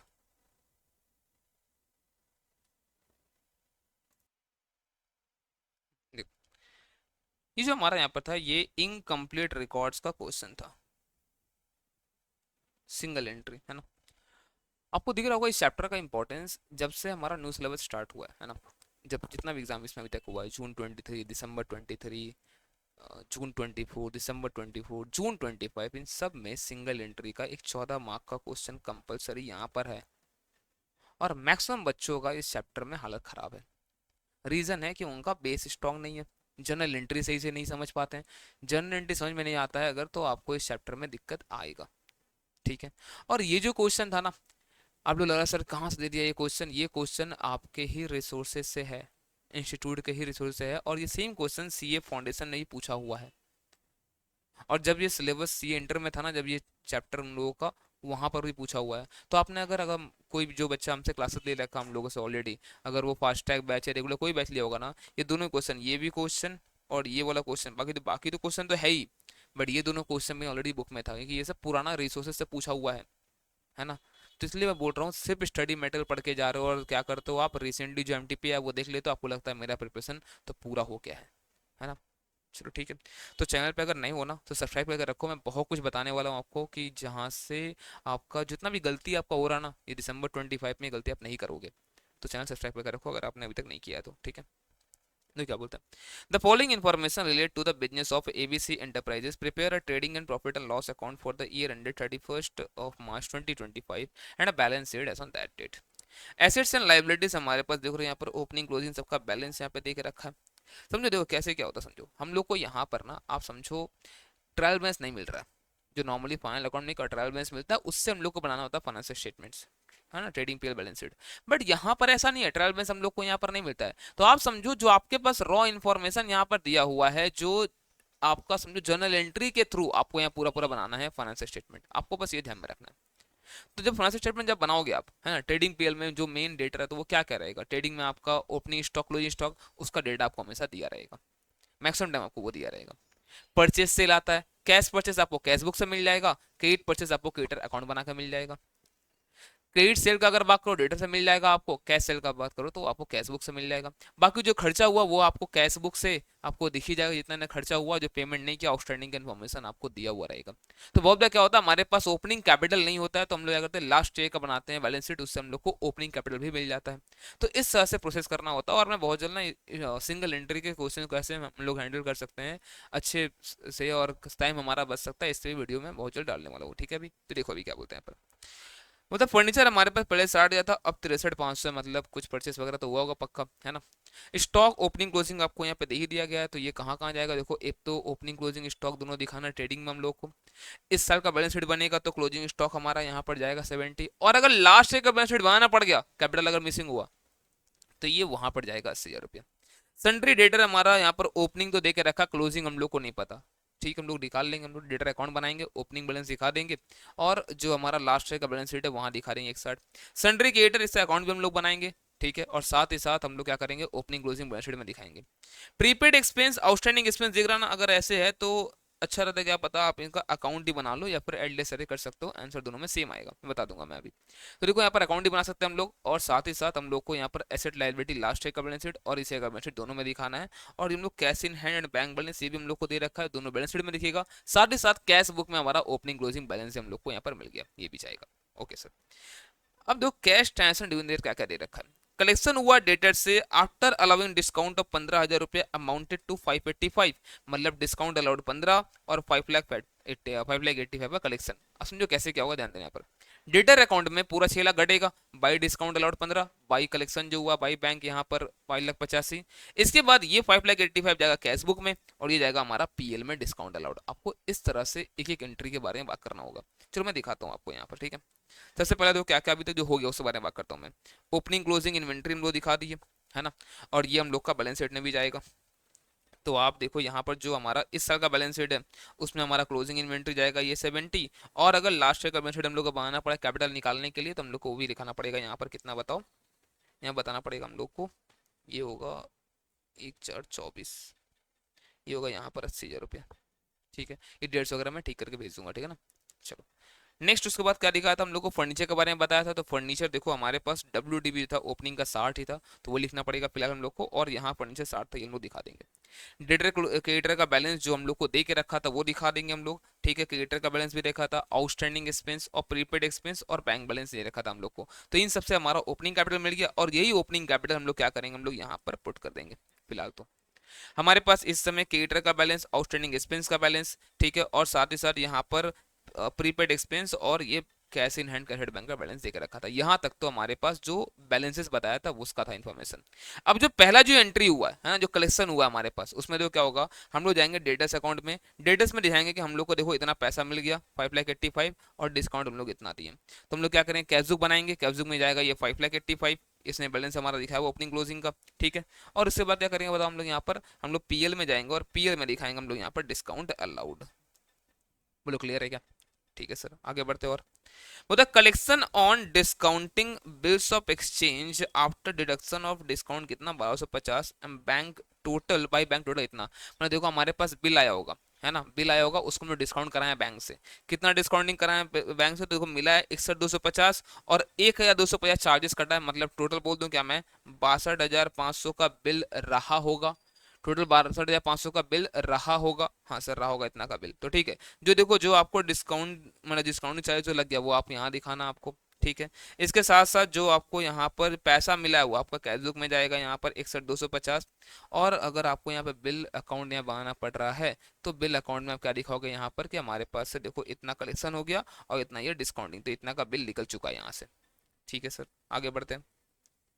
क्रेडिटर 4 लाख का पे हुआ, 3,92,000 फुल सेटलमेंट। तो ठीक है, हमारा क्या होगा, क्रेडिटर पूरा 4 लाख से घटेगा, 3,92,000 पेमेंट और 8,000 रुपया डिस्काउंट रिसीव्ड। तो ठीक है सर, तो यहाँ पर 3,92,000 का पेमेंट और 8,000 रुपया डिस्काउंट रिसीव, ठीक है। तो पेमेंट जो हुआ वो कैश बुक से हटेगा हमारा, और जो डिस्काउंट रिसीव हुआ वो हमारा पीएल में जाएगा इनकम करके। तो कैश बुक में देखो 3,92,000 यहाँ पे गया होगा, और हमारा जो पीएल अकाउंट बनाया वहां पर डिस्काउंट रिसीव किया होगा 8,000 का।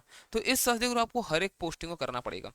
फ्रेट इनवर्ड पेड हुआ है 30,000, ये ट्रेडिंग में जाएगा और कैश बुक से घटेगा पेमेंट से। 70,000 ड्रॉइंग कैपिटल से लेस होगा और साथ साथ हमारा पैसा घटेगा। फर्नीचर परचेस किया 10,000 रुपये का, कैश बुक से घटेगा और फर्नीचर हमारा बढ़ेगा, ठीक है। तो पहले इन तीनों करते आ जाओ। तो देखो यहाँ पर फ्रेट इनवर्ड आपको दिखाया हुआ यहाँ पर 70,000 का ड्रॉइंग जो यहाँ बताया वो तो आपका है यहाँ पर, ठीक है। ये 70,000 ड्रॉइंग लिख के रखो यहाँ पर, अभी फिलहाल आप 70 दिया ना, ठीक है। बाकी किस कहाँ से बताएंगे छोड़ दो मैं अभी, ठीक है। और फर्नीचर 10,000 परचेज किए, ये यहाँ पर आएगा, डन। अब इन सब से आपका पैसा भी तो घटा हुआ, कैश बुक में दिखाओ वहां पर भी फर्नीचर परचेज किए, फ्रेट इनवर्ड पे किए और यहाँ पर ड्रॉइंग 70,000 रुपये ये दिखा के रखो फिलहाल, ठीक है सर। आगे बढ़ते हैं।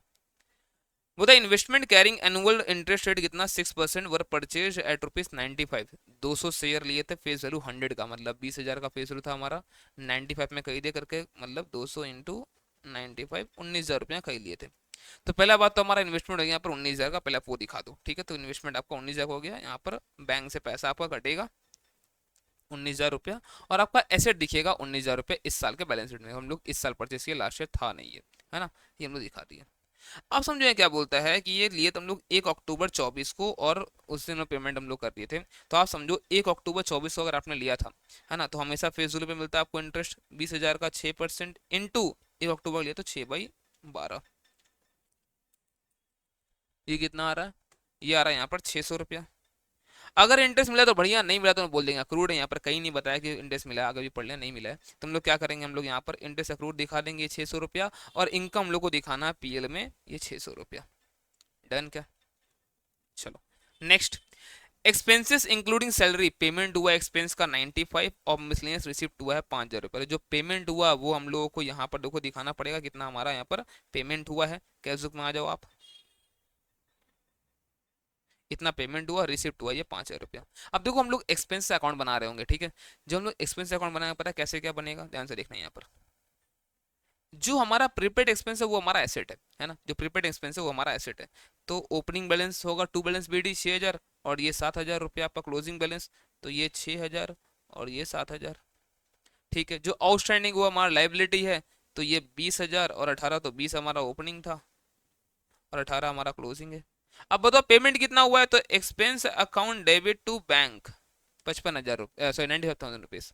तो इसका मतलब बाकी जो है वो हमारा पीएल में जाएगा यहाँ पर 6 + 95 + 18 - 20 - 7, ये 92,000 हमारा जाएगा पीएल में। तो आप देखो यहाँ पर ये संडे एक्सपेंस अकाउंट ही बनाया हुआ है जिससे 92 आपका ये पीएल में गया है और यहाँ पर हमने दिखाया भी है 92,000।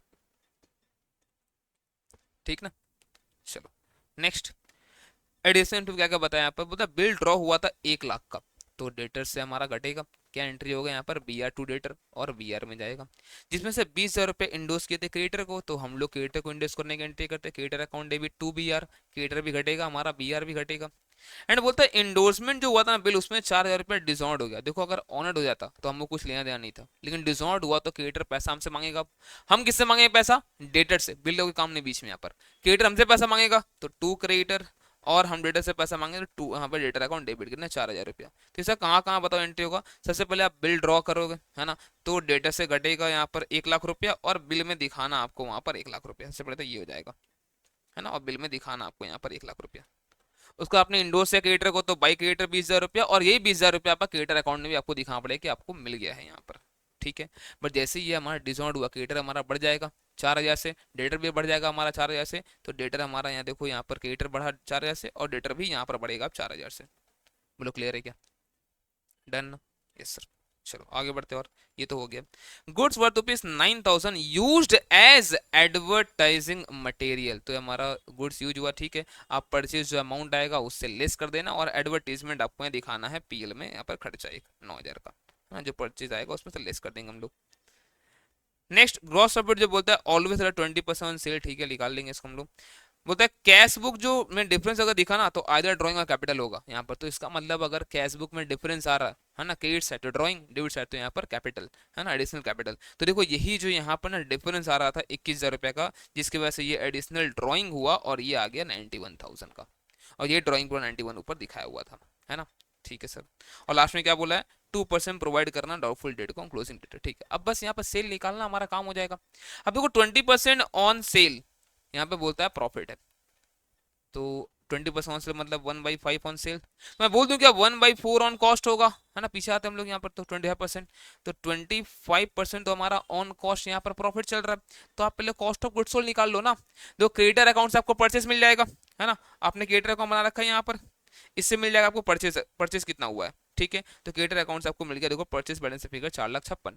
आप जैसे ही यहाँ पुट करोगे 4,56,000 आपका यहाँ पे पूरा आ जाएगा, अब कॉस्ट ऑफ गुड्स सोल्ड कितना क्या हुआ है ना। तो आप देखो यहाँ पर ओपनिंग स्टॉक था 80,000 रुपया, परचेज होगा नेट 4,47,000 प्लस 30,000 का हो गया यहाँ पर freight inward minus 70,000 closing stock, तो ये कितना हो रहा है 80 प्लस 4,47,000 प्लस 30 माइनस 70, तो ये 4,87,000 का हो चुका है हमारा यहाँ पर कॉस्ट ऑफ गुड्स सोल्ड, और इसी के ऊपर 25% का प्रॉफिट ये लोग अर्न करता है ना, कॉस्ट ऑफ गुड्स सोल्ड जो है उससे 25%, ये आ रहा है 1,21,750, तो टोटल 6,08,750 सेल आ रहा है, और यही सेल जाएगा कहाँ हमारा बताओ डेटर में। और जैसे ही हमने डेटर में सेल बैठाया ना, जैसे डेटर में हमने सेल यहाँ बैठाया है ना, अपने आप हमारा यहाँ पर क्लोजिंग डेटर यहाँ पर निकल के आ जाएगा, और क्लोजिंग डेटर जो आया अमाउंट इसी के ऊपर क्या करना आपको यहाँ पर 2% का प्रोविजन आपको यहाँ पर अप्लाई कर देना है ना, बस हो गया।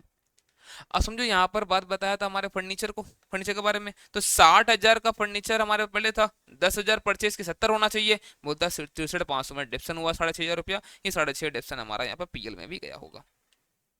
ठीक है, दैट्स इट, बस देख के हम लोग अब देखो इसके ऊपर बहुत ज़्यादा टाइम यहाँ तो इन्वेस्ट नहीं कर सकता मैं, बट बहुत जल्द सिंगल एंट्री के लिए मैं आपको उपाय बताऊँ कैसे करना चाहिए। ठीक है, चलो आगे बढ़ते हैं अभी।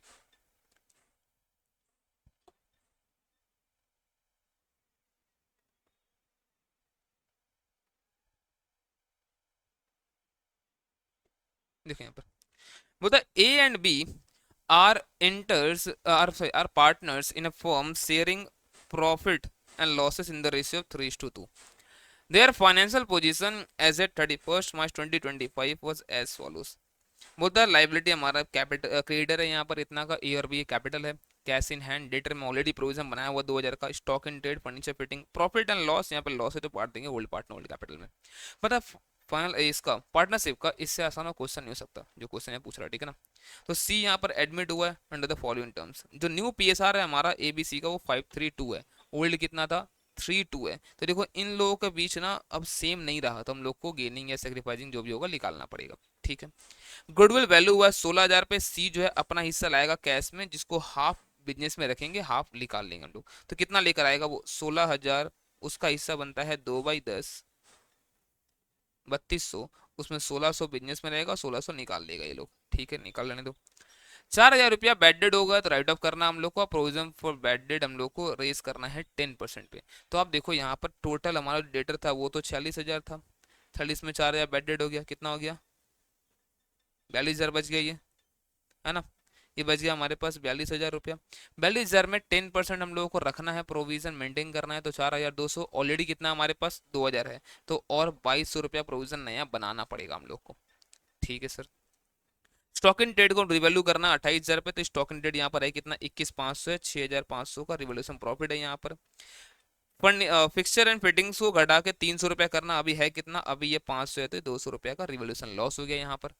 सी जो है वो बोलता है C is to bring cash to make his capital equal to 1/5 of combined adjusted capital of and B. ठीक है, लास्ट समझाऊंगा इसको, यहाँ तक पहले आओ करते हैं सब कुछ हम लोग। तो देखो रिवोल्यूशन प्रॉफिट लॉस यहाँ पे कितना क्या हमारा आ रहा है, देखो ध्यान से। तो एक तो हमारा फर्नीचर का जो नुकसान हुआ वो 200 रुपया का, स्टॉक 6.5 का बढ़ा है, और 4,000 बेडेड हुआ, और प्रोविजन नया हम लोगों को जो बनाना पड़ेगा 2,200 का बनाना पड़ेगा, मेंटेन हो जाएगा हमारा 4,200। तो इस पे हमारा प्रॉफिट दिख रहा है, ये हम लोग ओल्ड पार्टनर ओल्ड में बांट देंगे। डन। तो यहाँ पर देखो इनका कैपिटल का बैलेंस दिखाया हुआ है, प्रॉफिट एंड लॉस जो था इनका ओल्ड पार्टनर और पीएसआर में ये बांटना पड़ेगा।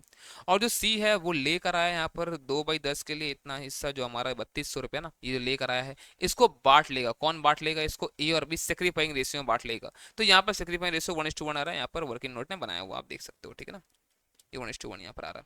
तो ये जो है 1:1 में दोनों ले लेगा 1600 रुपया। लेकिन अब क्या होगा ना, ये लोग जो है यहाँ पर पैसा निकाल भी ले रहा है, ये लोग पैसा यहाँ पर निकाल ले रहा है। ठीक है, यहाँ पे दिखाया हुआ नहीं है क्या, ये दिखा दो, यहाँ पर 800 रुपया निकाल भी ले रहा है, हाफ निकाल ले लो ना। क्लियर है ये चीज। ठीक है सर, चलो आगे बढ़ते हैं।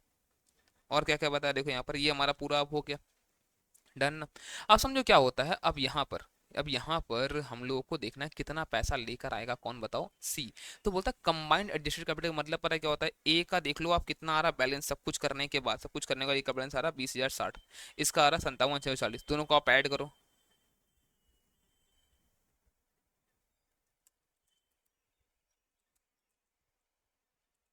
ये आ रहा है 77,700। ठीक है, 77,700। इसी का तो बोला ना 1/5 लेकर वो आएगा। तो देखो 1/5 कितना आता है यार, 15,540, इतना रुपये ये लेकर आएगा। That's it.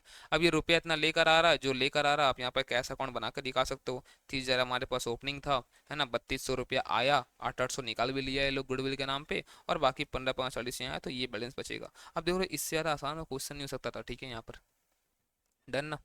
चलो आगे आते हैं हम लोग। नेक्स्ट, ये कंसाइनमेंट क्वेश्चन है यहाँ पर, है ना। इसमें एक थोड़ा सा छोटा सा एक यहाँ पर एम्बिग्यूटी है, तो ठीक है चलो यहाँ पर डिस्कस कर लेते हैं हम लोग अभी, बट इंस्टीट्यूट सोल्यूशन अगर आ जाएगा तो हम लोग को और डिटेल में पता चलेगा यहाँ पर इंस्टीट्यूट क्या बोलना चाह रहा था। ठीक है, मतलब Ram of Patna consign goods to Shyam of Delhi for sale at invoice price or above.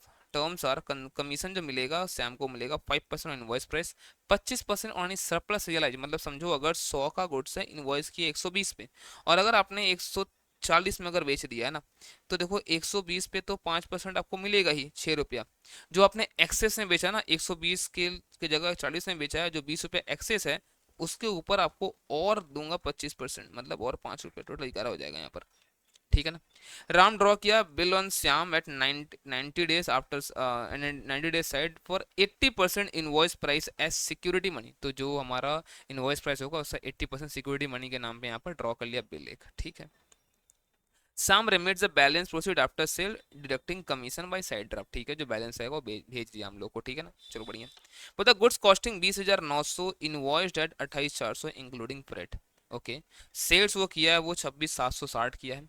Unsold stock जो इनवॉइस प्राइस पे उसके पास है 6,920 है, जिसका ओरिजिनल कॉस्ट इंक्लूडिंग फ्रेट जो था वो 5,220 था। साइड ड्राफ्ट जो रिसीव हुआ है अप टू इतना वो 6,280 है। अदर्स जो अभी भी ट्रांजिट में है, प्रिपेयर करना consignment account Shyam account in the Ram's book. अब सबसे पहले देखो कमीशन अगर निकालना हम लोग को ना, तो ये जानना पड़ेगा कि यहाँ पर टोटल कितना का चीज वो सेल किया है और कितना में सेल किया है ना। तो सेल देखो कितना बताया हम लोग को, यहाँ पर सेल बताया 26,760, कितना बताया हम लोग के यहाँ पर 26,760 का चीज वो सेल किया है। बट आपको दिख रहा है क्या, तो 20,900 का कॉस्टिंग का चीज उसको यहाँ पर भेजा गया था, ठीक है, और 5,220 का यहाँ पर उसके पास बचा हुआ तो है। देखो, तो अपने को ना बस यहाँ पर कमीशन निकालने अगर आ गया ना तो बहुत ज्यादा आसान है ये क्वेश्चन, ठीक है। तो देखो ध्यान से अभी, तो अब देखो यहाँ बोलता है क्या, आपने इसको 28,400 का गुड्स हम लोग इसको सेंड किए थे, ठीक है। तो आप समझो अगर 28,400 का गुड्स हम लोग अगर इसको सेंड किए थे, और ये बोलता है कि इसके पास 6,920 का इनवॉइस प्राइस का चीज बचा हुआ है, तो आप बताओ कितना का इनवॉइस प्राइस का सेल इसने किया है। तो इसने टोटल 21,480 का इनवॉइस प्राइस का चीज इसने सेल कर दिया। वापस से देखो, अगर 28,400 माइनस 6,920, तो यहाँ पे कितना रहा, 28,400 माइनस 6,920, 21,480। देखो इस पे तो इसको 5% मिल ही जाएगा, ये तो 5% नॉर्मल है, ये तो मिलेगा ही इसको।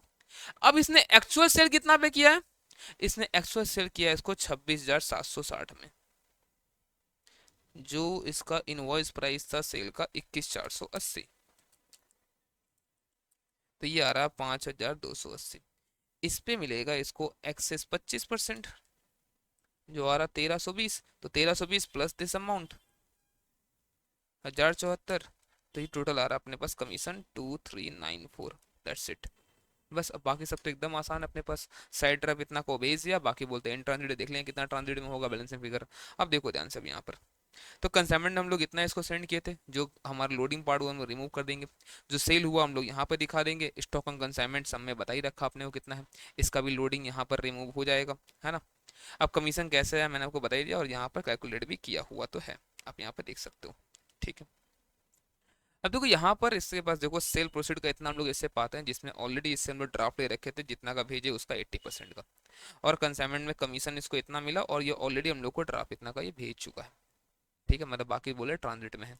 अब तो ट्रांजिट में अगर है ना, यहाँ पर देखोगे फिगर यहाँ बैलेंस में कुछ आ ही नहीं रहा था, ठीक है, बट यहाँ पर क्या होता है समझो, हम लोग के पास यहाँ पर जो हम लोग इसको गुड्स भेजे थे, उसमें से इतना का तो सेल ही नहीं हुआ है ना, इतना सेल नहीं होता, हम लोग 80% ड्राफ्ट किए थे ना इसके ऊपर बिल, तो हम लोग दिखाए थे, हम लोग एक्सेस मान लो बिल ड्राफ्ट कैसे दिखा दें अगर, तो हम लोग बोलते हैं यहाँ पर टू बैलेंस शीट, हमसे ये पैसा मान लो इतना का ये पाता है, लेकिन हम लोग एक्सेस बिल ड्रॉ कर रखे हैं, तो इतना का दिखा देंगे, बाकी हमारा ड्राफ्ट इन ट्रांजिट आ जाएगा, ठीक है ना।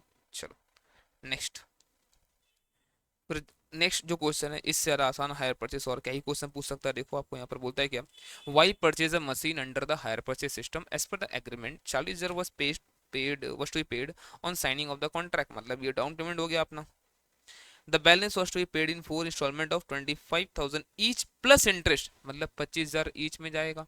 तो आपको दिख रहा है क्या, 25 इंटू 4, 1,00,000 रुपया तो ये हो गया, 40 ये तो 1,40,000 तो आपका निकल के आ गया कैश प्राइस, ठीक है ना। इंटरेस्ट चार्ज होता है आउटस्टैंडिंग बैलेंस से 20% पर एनम। आपको बताना हर में इंटरेस्ट कितना कितना, इससे क्या आसान पूछेगा बताओ। पहले में 1,00,000 ड्यू था, 1,00,000 पर 20% का इंटरेस्ट मतलब 20,000 रुपया होगा पहला में इंटरेस्ट। फिर आप क्या करोगे, 20,000 इंटरेस्ट प्लस 25,000 का प्रिंसिपल, 45 का इंस्टॉलमेंट पेमेंट करोगे आप। कितना बच जाएगा ड्यू, अब ड्यू बचेगा 3 इंस्टॉलमेंट 25,000 का, 75 का यहाँ पे ड्यू है। अब 75 का ड्यू है इसमें, इससे फिर से 25% का 15,000 का इंटरेस्ट, तो नेक्स्ट इंस्टॉलमेंट कितना लोगे आप, 25,000 प्लस 15, 40,000 रुपया। तो इतना आसान था, सोच रहे हो आप। देखो यहाँ पर 40,000 हमने यहाँ पे ओपनिंग था हमारे पास 1,40 दिया हमने, तो पूरा का पूरा पेमेंट जो है ये टुवर्ड्स प्रिंसिपल था, तो इसमें कोई भी हमारे पास यहाँ पर नहीं होगा, क्या बताओ, इंटरेस्ट। तो 1,00,000 था, अब इस 1,00,000 पे क्या हुआ, 20,000 का इंटरेस्ट यहाँ पर हमारा चढ़ा है, और 25 का प्रिंसिपल, तो 45 का पेमेंट हुआ। ऐसे करते करते देखो हमारा इतना इंटरेस्ट टोटल हर इंस्टॉलमेंट में था, इस करके, ठीक है ना। चलो क्वेश्चन नंबर 7 ए जो था हमारा यहाँ पर, इसमें अपने को पूछा, पता है क्या, इसने पूछा एएस और इंडेस का डिफरेंस। तो देखो यहाँ पर एएस इंडेस डिफरेंस नॉर्मली क्या बोलते हैं हम लोग, जो एएस है हमारा वो ओल्डर जो आई गैप था हमारा उसके ऊपर पेश है, इंडियन गैप के ऊपर, और ये हमारा आईएफआरएस से कन्वर्ज हुआ है। जो हमारा एएस है ना, वो हमारा पता है यहाँ पर बोलता है क्या, यहाँ पर ना नॉर्मली फेयर वैल्यू को बहुत ज़्यादा इज्जत नहीं दिया जाता एएस में, लेकिन इंड एएस में फेयर वैल्यू के ऊपर बहुत ज़्यादा यहाँ पर ध्यान दिया गया है। तो ये सब चीज़ जो है ना यहाँ पर नॉर्मली जो बेसिस ऑफ डिफरेंस हमारा ओरिजिन हो गया, प्रिंसिपल, फेयर वैल्यू कॉन्सेप्ट, ये सब चीज़ के ऊपर, और क्या क्या यहाँ पर दोनों में डिफरेंस है ये बताया हुआ है। तो थ्योरेटिकल क्वेश्चन है, इससे बहुत ज़्यादा मैं अभी टाइम यहाँ पर इन्वेस्ट नहीं कर रहा हूँ, ठीक है, आप यहाँ से इसको पढ़ सकते हो। बाकी जो थ्योरी वो भी मैं बहुत ज़्यादा टाइम इन्वेस्ट यहाँ पर नहीं कर रहा हूँ। इंडेक्स 23 16 इसका ही पढ़ सकते हो आप, यहाँ पर मैंने दे रखा है, ठीक है ना। चलो थ्योरी का होगा तो मैं अलग से डिस्कशन कर लूंगा पूरा थ्योरी का, जितना आपका काम का थ्योरी है, ठीक है ना। चलो आ जाओ। देखो यहाँ पर नेक्स्ट, फिर से यहाँ पर यस वन को लेकर डिस्क्लोजर के बारे में बात पूछा है, तो हम लोग को जितना भी हमारा accounting policy, significant accounting policy होता है, उसको हम लोग को फाइनेंशियल स्टेटमेंट में डिस्क्लोज करना होता है, हमारा हमारा पार्ट ऑफ फाइनेंशियल स्टेटमेंट में।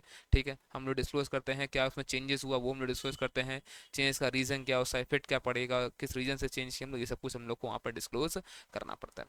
ये आपका AS 22 का क्वेश्चन है, क्या बोलते हैं यहाँ पर, kernel limited provide the following information, बोलता है डिप्रिसिएशन अकाउंटिंग रिकॉर्ड के हिसाब से 2.5 लाख रुपया था, but as per tax record 5.5 lakh था, तो टैक्स में 5.5 लाख रुपया हम लोग को मतलब अलाउ हो गया, आगे चल के अलाउ तो नहीं होगा इतना, तो मतलब 3 लाख रुपया कम अलाउ होगा हमको आगे चल के, तो ये हमारा डेफर्ड टैक्स लाइबिलिटी का पार्ट बनेगा। Deferred tax liability 3 lakh into जो भी हमारा रेट ऑफ टैक्स रहेगा, तो यहाँ पर 50% दिख रहा है हमको, तो 1.5 लाख रुपया। फिर यहाँ बोलता है unamortized building expense expert tax records account के हिसाब से नहीं है, तो हम लोग को आगे जाके छूट मिलेगा, तो 40,000 का 50% हम लोग को मतलब आगे जाके छूट मिलेगा, मतलब डेफर्ड टैक्स एसेट हो गया है, तो फिर तो 1.5 लाख का लाइबिलिटी, 20,20,000 का एसेट, सब मिला के 1,30,000 का लाइबिलिटी हम लोग को यहाँ पर दिखा देना है, बस और कुछ नहीं है ना। DTL 1,50,000, DTA। नेक्स्ट, बता profit and loss is a point statement where balance sheet is a period statement. भाई पूरा पूरा उल्टा बोल दिया, प्रॉफिट और लॉस एक पीरियड का होता है, लिखते हैं ना फॉर द ईयर एंडेड, और बैलेंस शीट होता है पर्टिकुलर किसी दिन का, है ना, वो होता है, यहाँ पर उल्टा बोल दिया। ठीक है ना, इसका रीजन मैंने यहाँ पे पूरा दे रखा है, आप अच्छी तरह से इसको यहाँ पे पढ़ सकते हो। ठीक है, आगे बढ़ता हूँ। From the following particulars compute how the subscription item will appear in the income and expenditure account for the year ended, कितना बताओ 24-25। तो नॉर्मली देखो आप इसको अकाउंट बनाया कर सकते हो, ठीक है, वो आपको थोड़ा ज्यादा आसान रहता है अकाउंट बनाया करना। इसे देखो आप, इस साल इतना रिसीव हम लोग क्या चाहिए, हम लोग को चाहिए कितना, हम लोग को डालना है यहाँ पर इनकम एक्सपेंडिचर में। ठीक है, इतना रिसीव हुआ वो जाएगा, रिसीव पेमेंट हमारा 4,000 रुपया। सब्सक्रिप्शन हमारा ड्यू था, है ना, 31/3/25 को, ये तो एंड में है, तो हमारा ये एसेट होगा, तो 180 एसेट है। सब्सक्रिप्शन ड्यू था ओपनिंग में, तो ये हमारा एसेट था, तो टू बैलेंस BD 400 रुपया। फिर इन एडवांस ले रखे हम लोग, ये लास्ट ईयर का हमारा इन एडवांस है, तो ये हमारा लाइबिलिटी होगा, और इस साल का है तो ये भी लाइबिलिटी हमारा ये क्लोजिंग में दिखाना अपने को, अपने आप बैलेंस फिगर निकल के आ जाएगा। या फिर आप एडलेस मोड में भी कर सकते हो इसको। ये आ रहा 3,800, तो यहाँ पर देखो ये बनाया हुआ है यहाँ पर, है ना, डन ना। इसको एडलेस मोड में भी कर सकते हो, आंसर वही आएगा। चलो मैं करके दिखाता हूँ आपको एडलेस मोड में, देखो ध्यान से। तो 4,000 हम लोगों को मिल चुका है। ठीक है, अब बोलता है ड्यू है इतना 31/3/25 को, तो मिला नहीं होगा, तो 4,000 में तो इंक्लूडेड नहीं होगा, बट है तो हमारे इस साल का इनकम, तो हम लोग को ऐड करना पड़ेगा इसमें। और आउटस्टैंडिंग जो ओपनिंग सबसे पहले तो वही मिला होगा, आप समझो, जो ओपनिंग आउटस्टैंडिंग सबसे पहले तो वही मिलता है, बट वो तो हमारा इस साल का इनकम है ही नहीं, वो तो लास्ट ईयर का इनकम है, हटाओ आप इसको यहाँ से। सब्सक्रिप्शन जो समझो लास्ट ईयर एडवांस मिला था, वापस तो नहीं देगा वो लोग, तो 4,000 में इंक्लूडेड नहीं होगा, बट वो तो हमारा इस साल का इनकम है ना। लास्ट ईयर एडवांस किसके देता है हम लोग को, इस साल के लिए ना, लास्ट ईयर का एडवांस क्यों देता है लोग, इस साल के लिए, तो इसको ऐड करो। और जो इस साल का एडवांस है वो आने वाले साल के लिए है, वो तो 4,000 में इंक्लूडेड होगा, क्योंकि मिल गया इस साल, तो वो तो लिख लेगा। आप करो, आंसर वही आएगा 3,800 रुपया। ठीक है, 4,180 माइनस 400 प्लस 100 माइनस 80, वही आएगा आपको। ठीक है ना। नेक्स्ट, वो the A and B were partners sharing profit in the ratio of 5:3 on the 1st April. The firm was dissolved. Assets other than cash and liabilities were transferred to relation account. ठीक है, relation में सब कुछ transfer हो चुका है। अब ये जो हम लोग नॉर्मली जब पढ़ते हैं ना, स्टेप 1 में ट्रांसफर सब कुछ करते हैं, स्टेप 2 में हम लोग करते हैं एसेट को रियलाइज, लाइबिलिटी को सेटल, उसके बारे में स्टेप 2 के बारे में बात यहाँ पर कर रहा है। बोलता क्रेडिटर था 1,80,000 का, एक्सेप्ट किया, डेटर 1,50,000 का, एट 4% डिस्काउंट, बैलेंस का पेमेंट हुआ चेक में। देखो एक बार अगर रिलेशन में सब कुछ ट्रांसफर हो गया ना, उसके बाद एसेट लायबिलिटी अपने में सेटअप हो रहा, उसका एंट्री हम लोग नहीं करते हैं, उसका एंट्री हम लोग यहाँ पर नहीं करते हैं। क्लियर है क्या, तो समझो उसका एंट्री तो होगा नहीं, लेकिन बाकी तो पेमेंट हुआ ना, जितना बाकी का जो हमारा पेमेंट हुआ है ना, उसका हम लोग को यहाँ पर दिखाना है। ठीक, जितना बाकी पेमेंट हुआ उसका हम लोग यहाँ पर दिखाना पड़ेगा, है ना। तो देखते कितना बाकी पेमेंट हमारा हुआ होगा। अब देखो 1,80,000 का था यहाँ पर, जिसमें 1,50,000 को 4% का डिस्काउंट, मतलब 1,50,000 में 4% डिस्काउंट 6,000, तो मतलब अगर हटा दो तो 1,44,000 का तो सेटलमेंट ही होगा डेटर से ही। तो बचा कितना, बचा 36, इसका पेमेंट करेंगे, तो पेमेंट में हम लोग creditor account debit to bank नहीं बोल सकते, हम लोग बोलेंगे यहाँ पर realisation account debit to bank, कितना 36,000 रुपया। नेक्स्ट बोलता है another creditor for 1,20,000 took over stock, जिसका बुक वैल्यू था 50 लेकिन लिया 40 में, तो जितना में लिया उतना का बात करेंगे। और इन्वेस्टमेंट लिया है हमारा 76 में, तो अब देखो यहाँ पर बाकी तो कुछ वो लिया नहीं, तो वो लिया भले ही 40 और 76, हमारा 1,16,000 का है, 4,000 का फायदा हो गया, बट इसका कोई एंट्री नहीं होगा, पूरा का पूरा एसेट लायबिलिटी सेटअप यहाँ पर हुआ है, कुछ नहीं करना हम लोग को। क्लियर ना। अनदर क्रिएटर फॉर जो था हमारे पास 3 लाख का, वो एक्सेप्ट किया लैंड एंड बिल्डिंग 5 लाख का और पेड किया balance to the firm by cheque. मतलब हम लोग को यहाँ पर पैसा मिला, समझो क्या हुआ यहाँ पर, हम लोग उसको लैंड एंड बिल्डिंग दे दिए, हमसे पाता था खाली 3 लाख रुपया, वो 5 लाख में उसको मान लो बेच दिया है, या फिर 5 लाख में हमसे वो लोग खरीद रहा है, और 2 लाख हम लोग को जितना दिया उतना का एंट्री आप कर दो ना यहाँ पर। तो इन तीनों देखते हैं हम लोग यहाँ पर पहले। Realisation account debit to bank, दूसरा का एंट्री होगा नहीं, जो पैसा मिला 2 लाख रुपया उसका एंट्री दिखाना, बैंक टू रिलेशन अकाउंट, है ना। चलो और देखते हैं यहाँ पर। नेक्स्ट क्या बोला है, लॉस हुआ है 24,000, ठीक है, ये लॉस किसका रहेगा, पार्टनर का रहेगा। ओल्ड रेशियो में 5:3 में बांट दो, ए और बी है capital account debit to realisation, आप यहाँ बांट दो इन लोग का रेशियो में, दैट्स इट, है ना।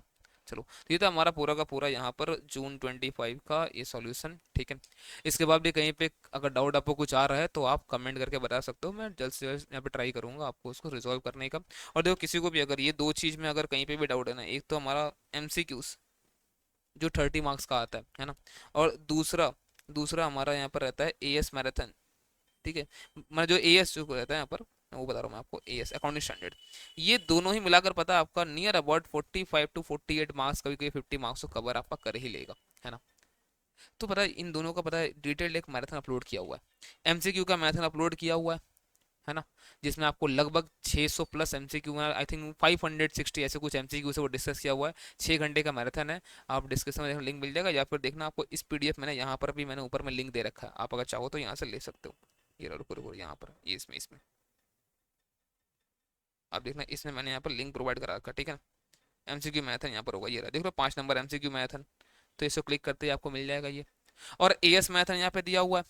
हालांकि एएस मैराथन जो है ये हमारा पहले का अपलोड किया हुआ है, नया फिर से मैं अपलोड करूंगा नियर अबाउट अगस्त इंडिया सितंबर में, मैं फिर से अपलोड करूंगा एएस मैराथन न्यू और भी क्वेश्चंस लेकर। बट फिलहाल आप इसको देख सकते हो, फिलहाल कोई दिक्कत नहीं है, इसमें पूरा क्वेश्चंस यहाँ भी कवर किया हुआ विद कॉन्सेप्ट आपको कवर यहाँ पर किया हुआ है ना। चलो इसके बाद जो फास्ट ट्रैक क्लासेस है, जो फाइनेंशियल अकाउंटिंग का जो हमारा हैंड इन नोट्स आता है, ठीक है, ये जो नोट्स है हमारा financial accounting hand in notes, ऐसा ही हमारा corporate accounting hand in notes, ये पूरा कलरफुल नोट्स पूरा ये रहता है, ये सब पूरा कलरफुल नोट्स रहता है, आपको बहुत ज़्यादा हेल्प होता है इससे यहाँ पर रिवीजन करने में चीज़ों को, ठीक है। और इन सबको यूज करके यहाँ पर देखना आप जो डिटेल चैप्टर वाइज मैराथन है ना, इस लिंक को क्लिक करते, जो 3 नंबर दिया हुआ है इस लिंक को क्लिक करते ही आपको पूरा चैप्टर वाइज डिटेल रिवीजन आपको पूरा मिल जाएगा, है ना। चलो मिलते हैं नेक्स्ट वीडियो में, चैनल सब्सक्राइब करके रखो, आपके लिए बहुत ज़्यादा फायदा होने वाला आगे चल के। Bye bye.